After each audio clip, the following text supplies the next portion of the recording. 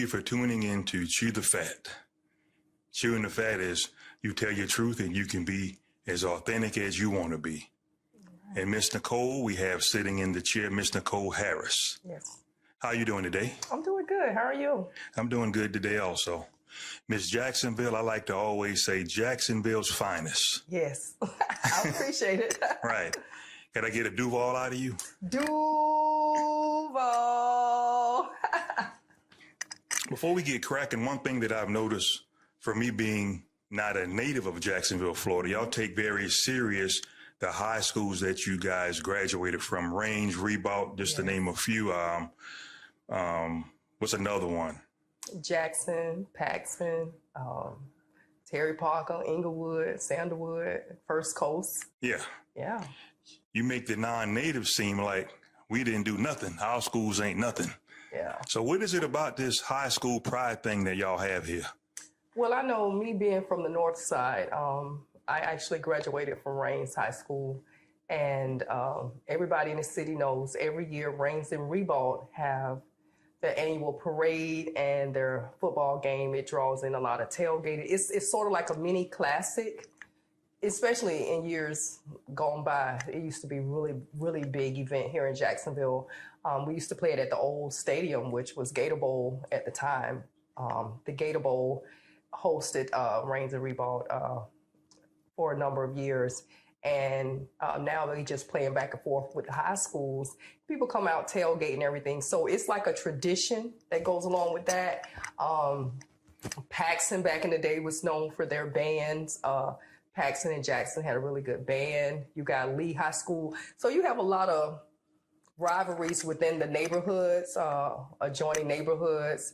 So you may have Lee and Ed White, Ed White and I believe it's West Side High now, but back in the day it used to be Forest High School, named after Nathan B. Forrest, and they changed all of that to West Side High.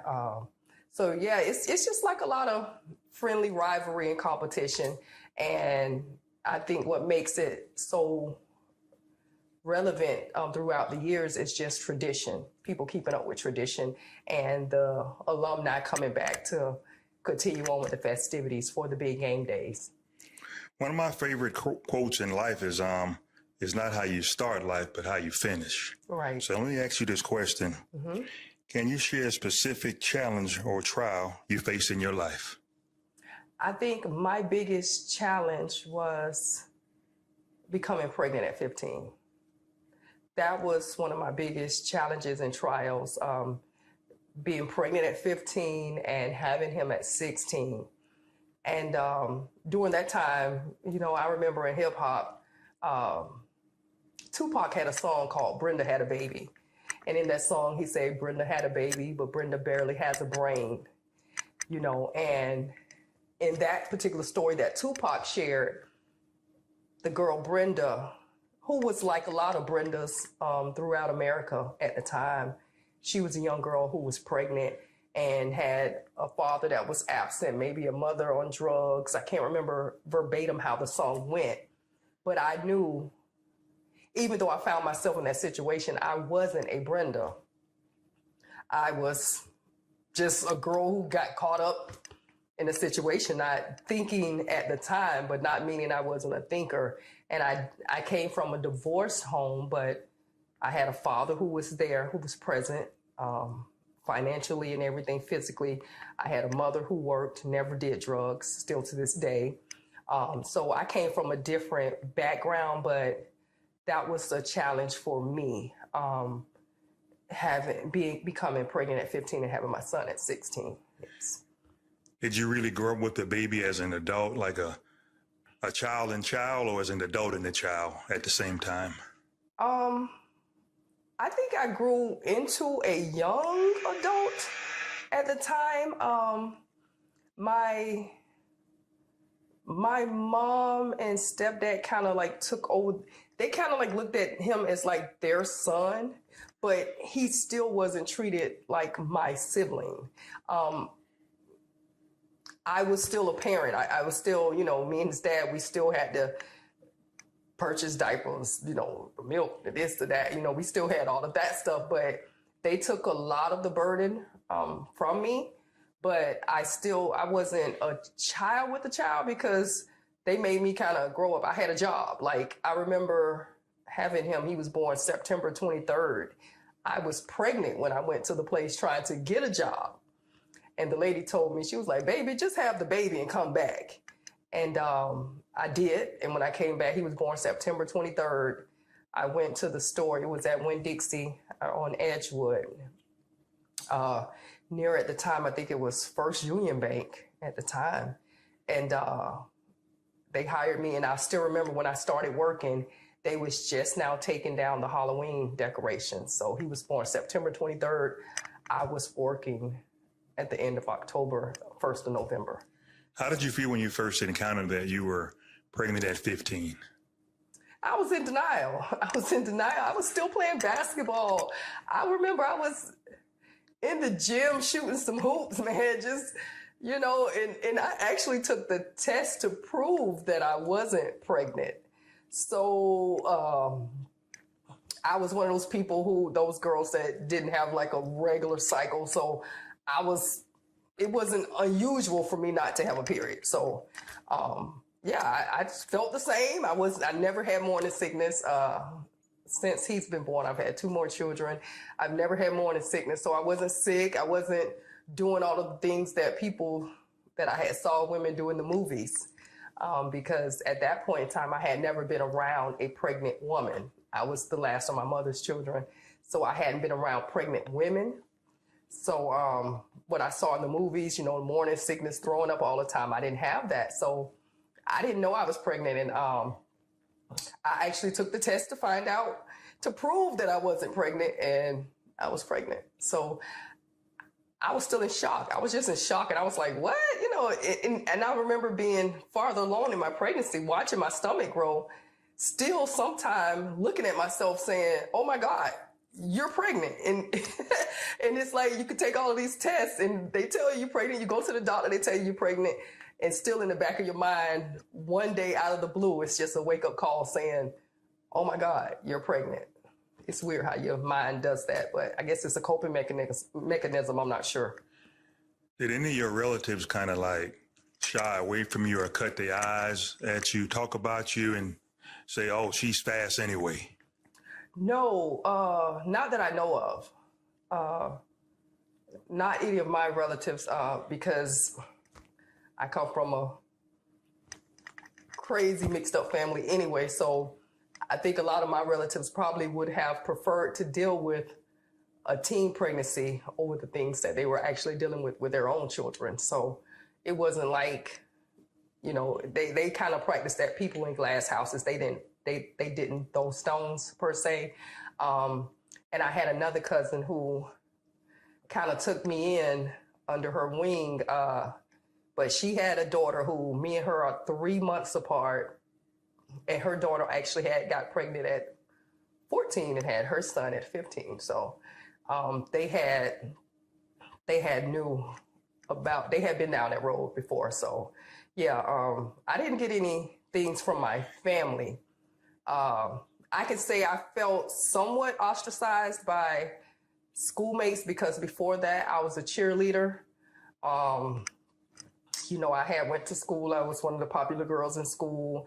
So I did feel that as far as when I went back to high school after delivering him, because I went to an alternative school throughout my pregnancy.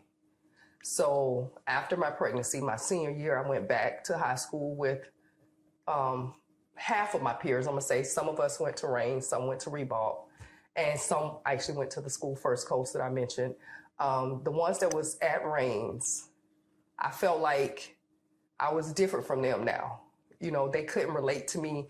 And it wasn't that I wasn't trying to relate to them, but I did feel slightly pushed away by them. I honestly did. I've had this discussion with people throughout the years that I felt like I wasn't as accepted because it was kind of like a leper thing, but not that drastic, but it was there. It was like, oh, Nicole had a baby, so yeah, I felt it with friends, not with my family though, no. I want to give you a silent round of applause because a lot of females that had kids, as a teenager, they don't graduate. Yes. What gave you your eye to tiger strength to keep going and that changed your mindset that you got to keep rolling with this? Because, I mean, that's one thing that you kind of dream of is graduating. And at the time when I had my son, it was no excuse not to graduate. So many programs. There was so much help out there for teen parents, for teen moms. We had an alternative school. We had Darnell Cookman back in the day. And then my junior year, they opened up a facility called Beulahville, which was a teen parent center solely for teen parents. Darnell Cookman kind of had pregnant girls as well as behavioral people, students with bad behavior. They were sent to that school. But so it was a mixture of bad kids versus kids that was in a bad situation. Well, Beulahville was a facility opened up specifically for teen parents. So it was no excuse not to go to school and get your diploma. And, it was like you had places where you could take your kid to school with you. And at Beulahville, I took my son down to the nursery and I went up and I went to school. And at lunch, you can go down and check on your baby. And after the school, you get him and, you go home. So it was no reason not to get an education just because I was a teen mom. I was always told that, from a lot of older folks in life, just keep on living. Yes. And you're going to experience some things. Yes. And sometimes favor, not fair. Mm-hmm. Can you recall a specific moment when you felt like giving up? No, I've never felt like giving up. I can honestly sit here at 48 years old and say I've never felt like giving up.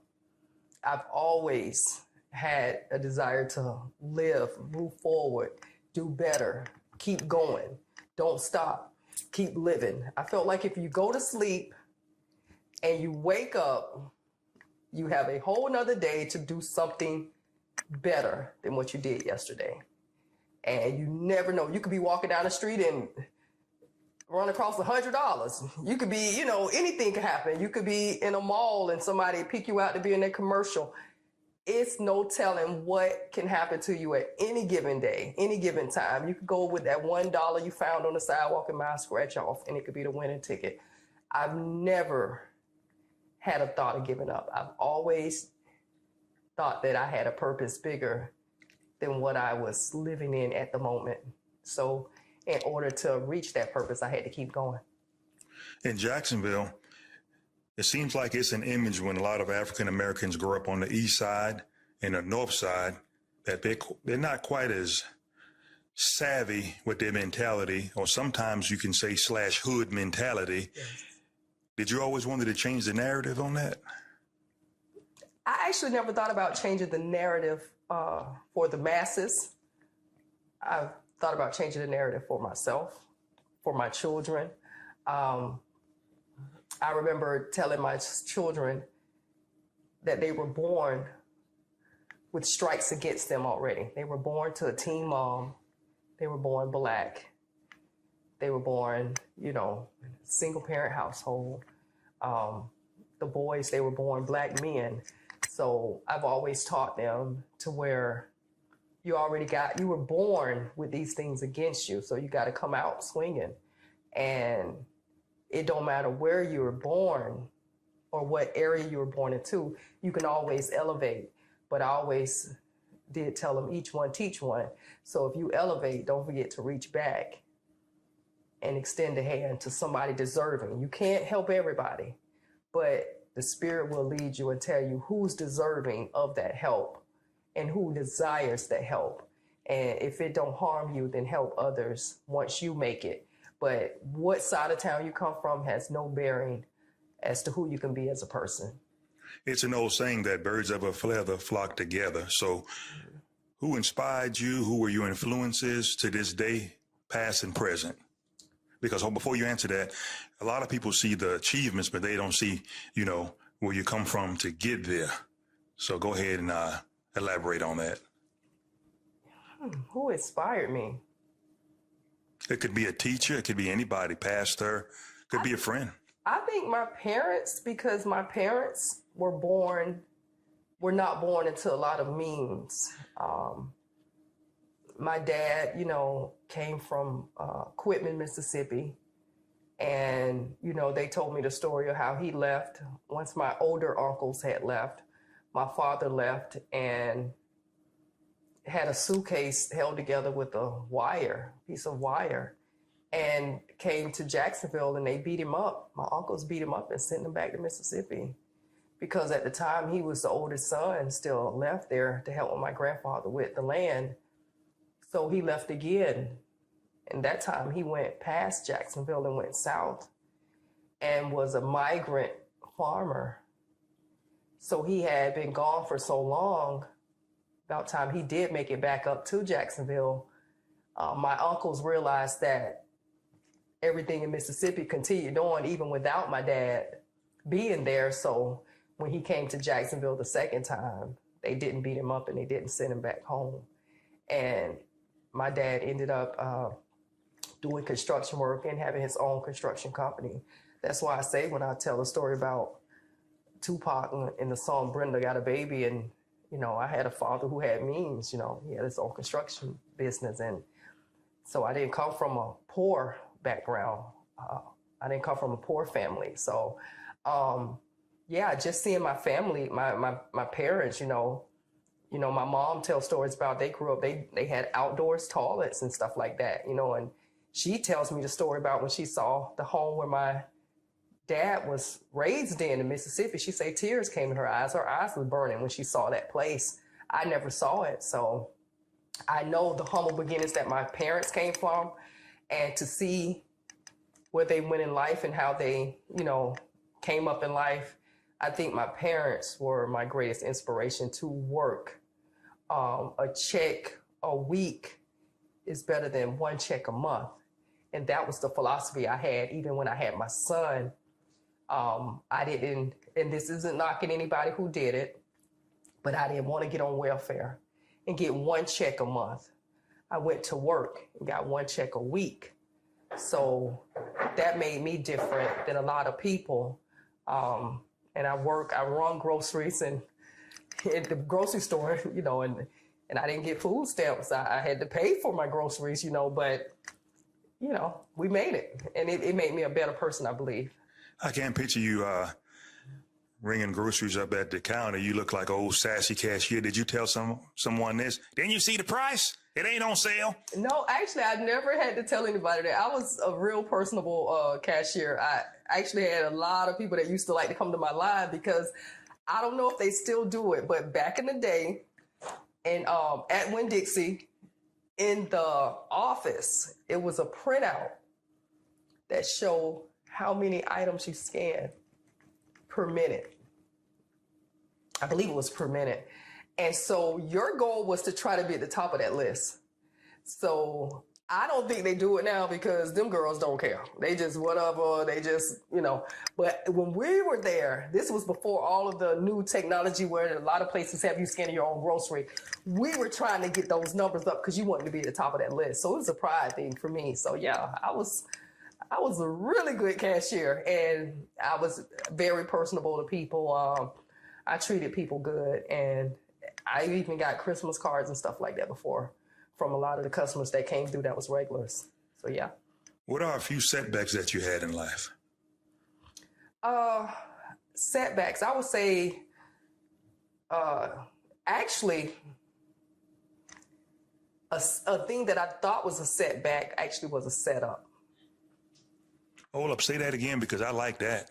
Something that I thought was a setback was actually a setup.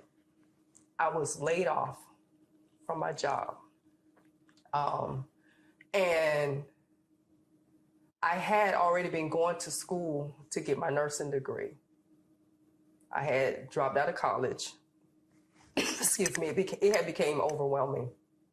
And I had dropped out of college, and I had a chance to go to become a merchant seaman or to go and finish my nursing degree. And I chose to be a merchant seaman.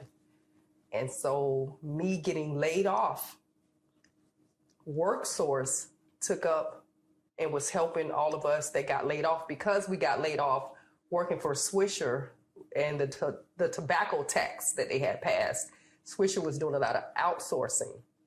So WorkSource took up for helping certain companies. I think it was Swisher, and if I'm not mistaken, it was Hostess, Twinkies, or somebody else was going through something at the same time.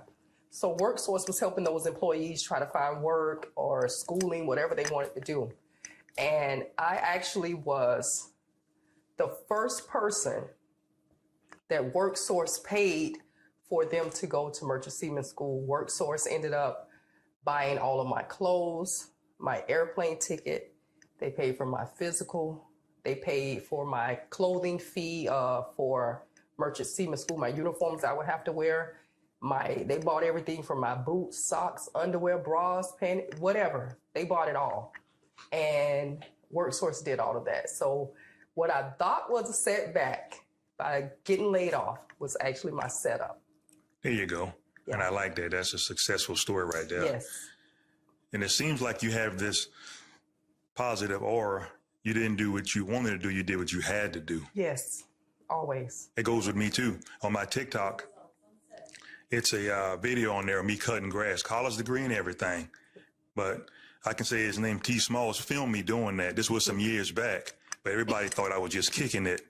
But I was going through some tribulations and trials myself. Okay. But I was cutting grass happy, and I did what I had to do. Yes. What was the Come to Jesus meeting that you had to have a change in life? How old were you when you started Merchant Seaman School? I was 38 years old, and I found myself being one of the older people in the class, which was surprising to me. I actually had a lady who was in her 50s, and we had another guy who was around 42, 43 at the time, and then it was me. So 38 years old, I was still one of the oldest people in my class at 38. Yeah. I'm actually proud of you because guess what? I don't know if it's called a wake-up call or not, but you sticking with it. Yes. Trust me, when I got there, I didn't want to because it was so, the schooling was so military set-like, and I felt like if I wanted to join the military, I would have did it at 18 and been retiring at this point. You know, I didn't sign up for military. I signed up to be on the boats, making money. I knew guys who had been doing it and making a lot of money. And so when I got there and it was so organized and disciplined, I wasn't expecting that because the guys that I know that are merchant seamen are not disciplined or organized for that matter. Well, not saying all of them, but so yeah, I stuck with it because at the time I went through, I had a son who was talking about getting out of the Army and possibly doing it. And I had a younger son who wanted to become a merchant seaman. So my children were watching me. My daughter at the time was working 2 jobs. She was handling the house while I was gone. And I felt like my children was watching me, and the fact that WorkSource took a chance on me, and I was the first person that they sponsored to go to the Merchant Seaman School. I felt like if I dropped out or if I failed, it would not be a good look for people coming behind me that wanted to do it too. So I had to do it. I felt like I had to do it, and I'm glad I did. It's been said that merchant seamen make a fairly decent salary, yes, and they blow their money on foolishness. They buy rims. When you're driving the car, who's seen the rims? You can't see the rims. And Louis Vuitton is their best friend, and Michael Kors and all that type of things. And just spending money frivolously on foolishness. Have you ever experienced that in your career? Yes, deliberately. Before you answer, before you had to come to this Jesus meeting, say in a month before everything got leveled out with you starting out, what would you say you would blow a month just on foolishness? On foolishness, maybe about $500-$600 on foolishness. Yeah. That ain't bad. No, that's not. No. Okay. That's what I was blowing money. But I had a house and I was paying.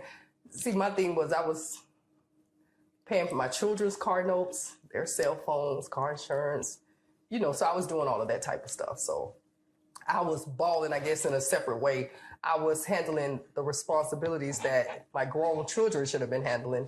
I was handling their things, so I didn't have the Gucci money or, trips to Dubai and all that. I didn't do all of that stuff. I took care of my family. I helped my family when they needed it. But yeah, the first 1 or 2 years, I had already told the kids I was deliberately going to just go and blow. Man, we was just going to have a ball, because let me explain why I said that. Before I went away to Merchant Seaman School, even though WorkSource paid for me going to school and paid for my clothing and all of that, my documents, my passport, my twig, a lot of the things that I had to do around the house, because I was laid off up until that time. And anybody who has ever gotten unemployment from the state of Florida, no, it ain't really no money. My oldest son, who was in the Army, helped supplement the income in the house. I had my own debit card in his account. I took money out when I needed it. He never questioned, never, still to this day, he's never questioned anything I've ever done with his bank account that needed to be done. And like I stated a minute ago, my daughter, when I went away to Merchant Seaman School, my daughter worked 2 jobs to hold the house down. She was there at the house doing things that needed to be done, taking care of business. And my baby boy was still in school, but he went to stay with my parents. So he did what he had to do. And I just told him, hey man, these first couple of years, we just gonna have a good time and celebrate. And I'm gonna take care of y'all and do what needs to be done. And my oldest son got out of the Army. I told him he could sit home. He didn't have to work right now. I had everything. And that's what we did, because he took care of me. So that's a blessing. That's how we did it, yeah. You stayed grounded. That's amazing. Oh, of course. Right. Now you see your eyes on the prize for retirement. Yes. One day. One day. I'm going to give you some credit. I call it fool's gold. Mm-hmm. Some people remain a fool and don't get a retirement. Yes. And they wake up and say, 55 years old, 60. I'm just going to talk to you in my Southern dialect. At least you had enough sense to say, hold on a minute. You had to make a change. Yeah. So I think in previous conversations, you said around 62. 62, yeah. And you're still young. Yep, still young. Hopefully I'm still kicking, still doing what I can do. I anticipate on trying to physically get some more momentum going on and things like that, so I could be, you don't just want to be alive, you want to be able to live. You know what I mean? So I want to be living at 62 and not just alive, if that makes sense. You kind of did the unknown, because African-American women have been known to be bullheaded and you can't give them advice. So you went into a career, and I'm sure I don't know what struck your eye, your thoughts, and who mentored you along the way as far as that. See, do you have any teachers or professors or whatever you call them out there that kind of guided you along the way? Actually, I do. I have a really good friend, Wooten. His name is Wooten B. Jackson.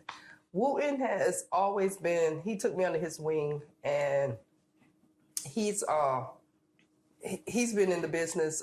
He's been selling now for, I want to say maybe 35, 36 years. I believe this year is his last year. He's going to go on and go out. But yeah, I have a lot of guys that just, they told me to keep pushing. Actually, when I first got in, let me say this, when I first got in, Wooten and the other guys, they wanted to kick my behind and kick me out and tell me to go finish my nursing degree. They wanted me to finish my nursing degree. And at the time, I felt like the flame had been doused. And I knew in order for me to complete and get my nursing degree, I was going to have that flame. And I didn't have it any longer. So I knew that would be disastrous for me to quit and to go back to that. So I kept pushing, and after they saw I was serious and I was in it to win it, and I kept racking up my days. And so now we just talk about retirement, and we just try to make sure I stay healthy and I reach my goal to reach my days, my 7,200 days where I can retire and don't have to go to sea anymore. So that's a blessing. Looking back, what advice would you give someone facing similar challenges or trials? The challenges and trials, like I said, becoming a teen mom, I would employ any young person who finds themselves in that situation to get you a village. The old saying, it takes a village, that is so true. That is still true. That ain't never going to change. It does take a village. One person can't do it alone. And I had a strong village, and I had a village of smart, financially independent people. I say get you a village. Sometimes your village may not look like you. They may not share the same DNA as you.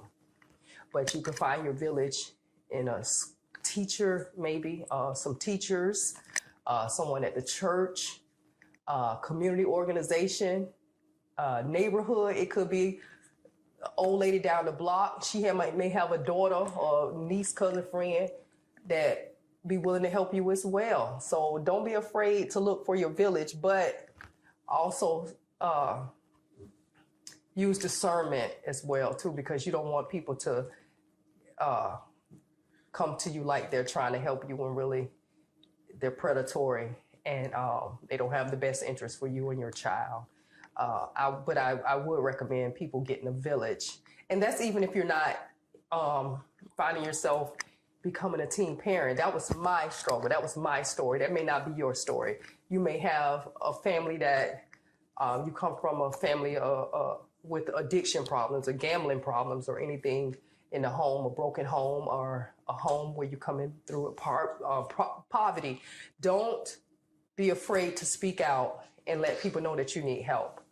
Don't suffer in silence.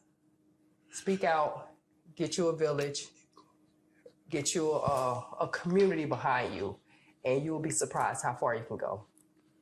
Very good answer. Based on your experiences, what strategies or mindset shifts do you believe are most helpful for overcoming adversity? One foot in front of the other. Oh, hold on. You got to repeat that. I like that. One foot in front of the other gets you where you're going. That's it. That's the only, if you keep that thought in your mind, one foot in front of the other, you're not always going to run. You're not always going to skip, hop, jump, ride in cars, airplanes. Sometimes you just got to walk. One foot in front of the other gets you where you're going. You'll eventually get there. I have two more things that I want to bring across. You said let's go back to Swisher. You said you worked at Swisher? Yes. Wow. Yes. I can't picture that because it seems worked at Swisher. Yeah. That's some hard work, ain't it? Every job I've done has been hard work. Every job. I worked at General Electric, unloading rail cars, container trucks, loading semi-trucks. I drove forklift for 16 years. I drove forklift for General Electric. I drove forklift for Swisher, but I started driving forklift at Vistacon for Johnson & Johnson One Day AccuView contact lenses. I drove reach trucks and cherry pickers. And then I went to the sit-down forklifts, and that's when I went to General Electric. I was there for 9 years, Swisher for 3, I believe, before they let us go. And my other years I did at Vistacon. So, yeah. Repeat, excuse me, I didn't mean to cut you off. Repeat this word after me, Backer. Backer? No, Backer. You got to say it Southern. Backer? Yeah, like tobacco? Yeah, we call it Backer. Yeah, we dealt with that Backer. I'm telling you. I've been there. I've been there. So, yeah, Swisher, yeah. Right there off of 20th Street. That guy working with that Backer. Yes. My last thing, have you ever experienced a domestic violence relationship? Because a lot of women, that tears them down, and that's what's going on today. No, I've never had a domestic violence relationship. I explained the one thing when the dude grabbed my cheek, but that was as far as that went. I've never had a situation to a man putting their hands on me or whatever. Actually, I've never even had a man to try. I can't even say I've been in a situation to where somebody was threatening to put hands on me or roughed me up or did something like that. I personally have never walked in those shoes. So I'm seeing a lot of things going on, and it's hard for me to wrap my mind around, which I know people have Munchausen syndrome or something when they sympathize with the captors or the person that's doing them bad, Munchausen syndrome. I know people suffer from that, and people have other things that, reasons why they stay in relationships. I'm not passing judgment, but I don't understand that because I've never lived that life. I've never watched my mom getting beat up. I've never been in any female immediately close to me that I saw in domestic violence relationships like that. So, and that's never been my life, but I would say to anybody who is having those types of issues, it's places out there for you. It's places out there that will help you. Don't listen to them men telling you that nobody help you, nobody wants you. Somebody help you. Somebody out there wants you, and they'll treat you better than that. Final thought before I close out. There's a lot of people that they don't know exactly what they want to do in a career field. I'm going to go back to the merchant seaman thing. Mm-hmm. From what I was told, and I try to counsel young men and women, they can't give the drugs up in order to get in this career field. What advice could you tell them? Because you're going to take a drug test and it is required. They just can't seem to give the marijuana up. What could you tell them? I'll tell them like I tell everybody. I'm not anti-marijuana. I'm anti anything that will cause you the ability to make a living to provide for yourself. So whatever career you're going into, if those people drug test on a regular, not just to get the job, but if they drug test you on a regular and you using drugs will hinder your performance on your job, I would tell them that's the wrong field for you. You don't need to go into that job. Don't even waste those people's time. But until you grow up and realize that you having a career or being gainfully employed is more important than smoking, then don't waste those people's time. Don't waste your time there with those people. Leave a job alone. Go somewhere that accepts that type of stuff. If your job, that career don't accept it, don't do it. Because I know in my career, we're subject to random drug tests. We get drug tests every time we have a physical. We have to have a yearly physical. The guy says Deep Sea, I believe they have a physical twice a year. So you're going to get tested. And at any given time, they can test you on the vessels or coming up the gangway. Even if you're in another country and you leave and you're coming up the gangway to get on the boat, they can test you. And you will immediately lose your job. With all your successes and failures, have you ever had to, or keep it in your back pocket, a higher power to call to? You mean like just with my successes, praying about it or talking praying to about it, of God, course, I mean, as far as... I keep God on the main line, right. Like I tell people. And I just had to share this advice with my daughter, with me being a merchant seaman. So when I'm away from home a lot, and I've had to leave home right after deaths or things that was going on in my family, personal life. And I take those times to where I like to do it in the shower. It's no wigs, weave, makeup. It's nothing. It's no clothes, no shades to hide behind, no eyeglasses to hide behind. It's nothing. It's just you. You're in your all nakedness, your vulnerability, your most vulnerable time. And that's when I talk to God. That's when I'm open. Because like I told my daughter, I said, you can pray throughout the day and stuff be going on. It's like trying to talk to the Lord on the chat line, the party line. He's talking, but there's so many other voices coming through. You can't get clear reception on what he's saying. So I told her, sometimes you got to hang the phone up and disconnect, and then you got to call him back direct. That's when you're in the shower or in the closet, as a friend of mine told me. When you're in the closet or in the shower and you open those lines of communication up, that's when you're open to receive the message that he's trying to tell you, the direction you need to go in, the things you need to do in your life. So yeah, that's when I do that a lot. I talk to God. I pray. I'm a praying person. I may not go every Sunday. I may not go any Sundays in a year, but I do have a communication, an open line of communication with God and a relationship with God, and I believe in higher power. Yes. I just got an email from God to ask you this question. I was going to close out, but this is very important. You might can help some other mothers or fathers. Because of your career, you make a decent salary, but that's your business. Mm-hmm. Your kids was a little younger when you first started. Do you find yourself or your kids having a problem for them to say they can't grow up, they still feel like kids because you have provided for them and the kind of money you make, they're having a hard time transitioning that they are an adult now? Yes. They're trying to transition, and I knew they would. I still spoon fed them along the way. I didn't just push them out into the cold, but I knew eventually they would find their way, and they have. They have found their way. My son, the youngest, just finished Merchant Seaman School last Friday. My daughter's in college now to be a surgical tech.